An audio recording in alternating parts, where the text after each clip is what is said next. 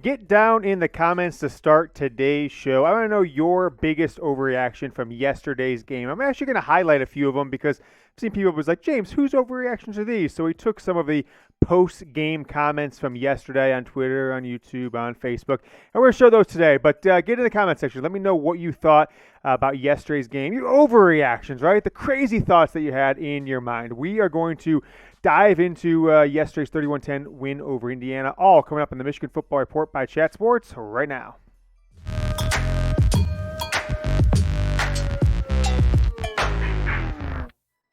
The Michigan Football Report is presented by Manscaped. Make sure you go to manscaped.com. Use promo code GOBLUE, no spaces, for 20% off and free shipping. Yeah, trim up below. Use that Manscaped deodorant. Hell, I think I might have one too. Yeah, boom, Manscaped.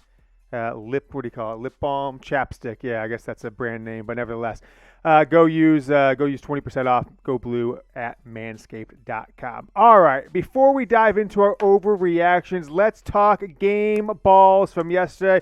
I got 3 different footballs that I'm going to have for my top players from yesterday's game. Game ball number 1 is this man here having himself a hell of a season, tossing that game ball over to Luke Schoonmaker, 67 yards on the day. He's got himself another touchdown. He is frankly shaking out, folks, with a big second half of the year. J.J. McCarthy's main man. He might end up being an all Big Ten first-team player there at tight end, filling in for Eric All. Next up, Mike Morris blocked a field goal, got himself a sack, was a disruptor all day on the Michigan defensive line, kind of really harassing the Indiana quarterback, the Indiana offensive line. Mike Morris gets my second game ball of the day. Gonna toss it out to producer Jack. He's not ready to catch it, so I won't go there. Third game ball of today. Michigan wins 31-10 to Indiana. Is this man right here.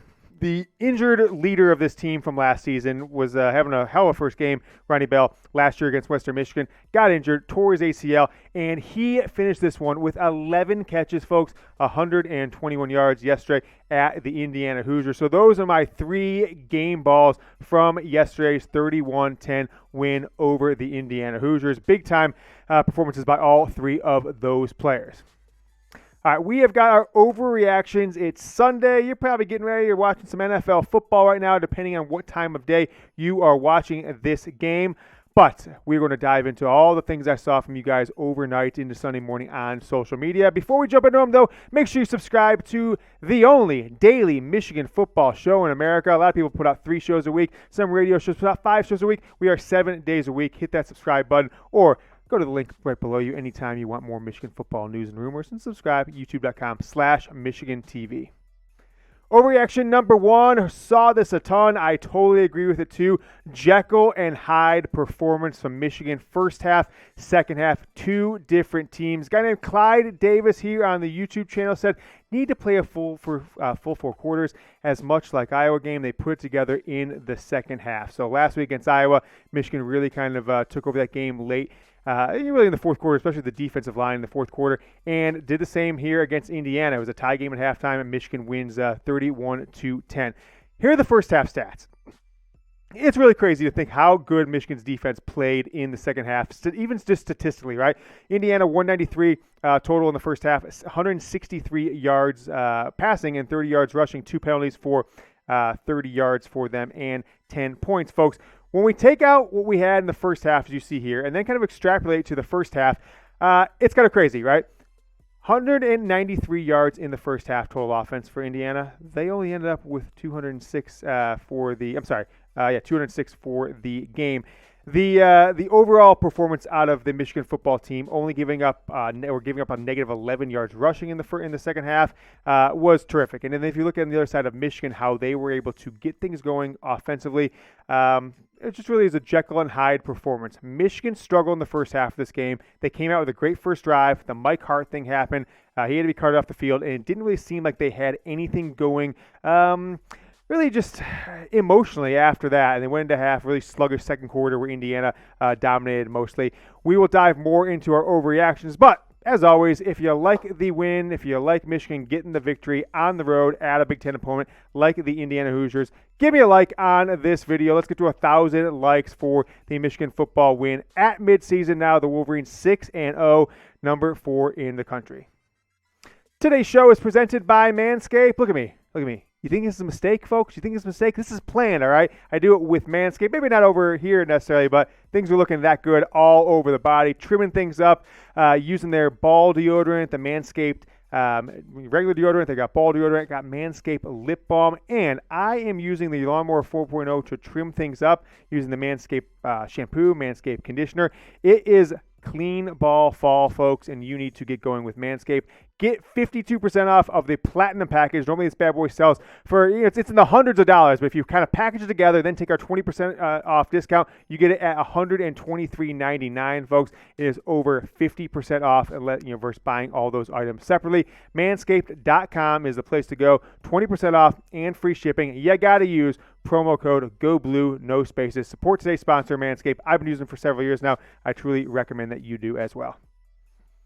Downfield passing struggles. I saw a lot of people say all throughout the game, JJ just can't hit the deep ball. And really, this is the third game where you've been saying this. Gosh, if JJ could hit 2 or 3 deep passes per game, even if they don't go for touchdowns, they go for 30, 40 yards downfield, Michigan blows this game out of the water. They win by 40 points. Paul Elwell from our Facebook page says, JJ really needs to improve with his deep throws. I was in attendance against Hawaii, and I came out of that game, JJ's first start, she's like, oh, this is, Michigan just going to be passing university. JJ hits on everything long, and he did in that game, right? He was 11 of 12. The only miss was that of Ronnie Bell drop that was a little bit behind him. First half against Indiana, JJ was okay, but 5 incompletions, and I never felt like that he looked like he was comfortable, that he looked like he was comfortable not just with playing on the road, but with the offensive philosophy that this coaching staff put into play. But then you look at the rest of the game, all right? Ends up with 304 yards for the day. So jumps from 129 up to 304, so that's 175 yards in the second half, went 15 of 18, 3 touchdowns, and 1 interception after half. Those are some big-time numbers. Did get his first interception of the year on probably a questionable throw to Ronnie Bell that was tipped up in the air and intercepted. My take on this is Michigan, outside of that Hawaii game first half, does not seem to be playing an offensive philosophy that is tailored to J.J. McCarthy's strengths, all right? It's inconsistent. They started off passing the ball. He started off the game 8 of 8 on a bunch of underneath throws. And then, they gave the ball to Blake Corum, and then Blake Corum disappeared for a while. Then they're they're doing a quarterback sneak on 4th and 2, and they're calling timeout. It felt so inconsistent throughout the first half. And finally, Michigan went in the second half when it was clear that Indiana's rush defense was a lot better than I think any of us expected. They put the ball a little more in J.J. McCarthy's hands, and what we finally saw was them having any semblance of a passing game inside the red zone, inside the 20-yard line, and that was something that I've been talking about for several weeks now, that Michigan's red zone struggles and, in a lot of ways, their third and medium range offense has been below average, and they're going to have to definitely improve that if they want to beat Penn State coming up on Saturday. This defense under first-year defensive coordinator Jesse Minter is proving to be elite. I was questioning him in the first half. I thought that DJ Turner had a play that he wished he would have had back. Mike Barrett was out of position on a touchdown. But after a frustrating first half, where they only gave up 10 points, so it wasn't like anything crazy, like they were down 28-0 or something like that. They have 10 points in the first half, but there were just a lot of plays. You're like, what's going on here? Why are we missing tackles?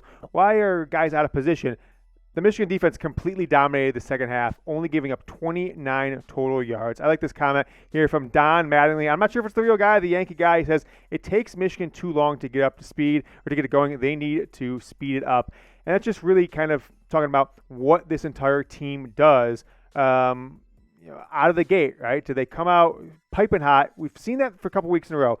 Very good first offensive drives, and then completely stalled after that until you get into the middle of the third quarter and beyond. The defense versus Indiana, excellent, right? You gave up 190-some yards in the first half, only 222 for the entire game. And then you see the passing yards, right? I'll look back at them. Indiana had, what did we say here? They had 163 yards passing at halftime, 40 in the second half, 30 yards rushing at halftime, -11, so only finished with 19 for the game, and no points for the Hoosiers in this one. Michigan shuts out Indiana, wins the scoring battle in the second half, 21-0, on way to a 31-10 victory.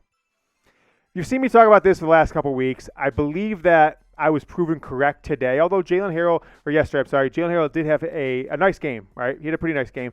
But I thought when Iyabi Yoki comes in And when you zoom in on him, when you watch him, when you're just watching him, and then you watch somebody else, you watch another defensive player in the next play, he looks like a different kind of player. He reminds me a lot of David Ojabo. He reminds me a lot of Frank Clark or guys like that coming off the edge for Michigan. I think he should be starting. Got himself a lot of snaps there against Indiana, and I hope that he is, again, your primary defensive pass rusher along with Mike Morris going forward. Let me know, should he be starting? Type Y if you agree with me, yes, and 4 no. Blake Corum, quieter game, but still carried the ball 25 times. It didn't feel like that in the moment. They gave it to him in that first drive. He had a touchdown, like a 1-yard touchdown run after that 51-yard scamper down to the 1-yard line. Was a little bit quiet, but it's like, oh, wow, he still has 60 yards at halftime, 10 rushes for 60 yards. Then puts out another 15 carries after halftime for another 64 yards or something like that. So decent second half for him. They definitely used him in positions where they needed to get yards, like they always seem to do. Let's take a look at where he compares to the last 2 Heisman Trophy winning running backs. Mark Ingram, Alabama, 2009. Derrick Henry, Alabama, 2015. Through 6 games, their first 6 games of the year, he's got 2 less carries than Henry, 7 more than Ingram, but he's leading from rushing yards, right? They're all pretty comparable, but he's got 90 more rushing yards than Derrick Henry, and what's that? 41, 35 at 75, and 76 yards more than Ingram. Math, look at that. Jack, you see that math? That's some pretty damn good math right there. But the biggest differentiator for Blake Corum there is the 11 touchdowns. Got another one, is into the end zone for another week for Michigan. 11 touchdowns for the year. On pace, folks, for 22 touchdowns in the regular season. You add a Big Ten championship game. You add a bowl game there. You add a college football playoff. You get up to 24, 25 touchdowns. So I'll ask you guys this question. How many touchdowns will Blake Corum end this season with? How many will he finish the 2022 season? Include the bowl games, include the playoff, include the Big Ten championship, whatever you want. End of the year, how many touchdowns did he score this season? I'm going to throw a crazy number out there. I'm going to say it's 23. I think he has just as good as the second half of the season as he did the first half. If you're old enough to remember 1997, you'll remember that October day, number 1 Penn State versus number 4 Michigan, number 2 Florida State, taking on number 3 North Carolina. Not that big of stakes this year, clearly, but you're looking at 2 undefeated teams, Michigan, Penn State. Judgment Day, this time it's in Ann Arbor. You young heads might not remember, but Michigan was number 4. Penn State came in 97. They were the national championship favorite, along with Florida State. Michigan got up to number 4 in the poll 6-7 weeks in the year.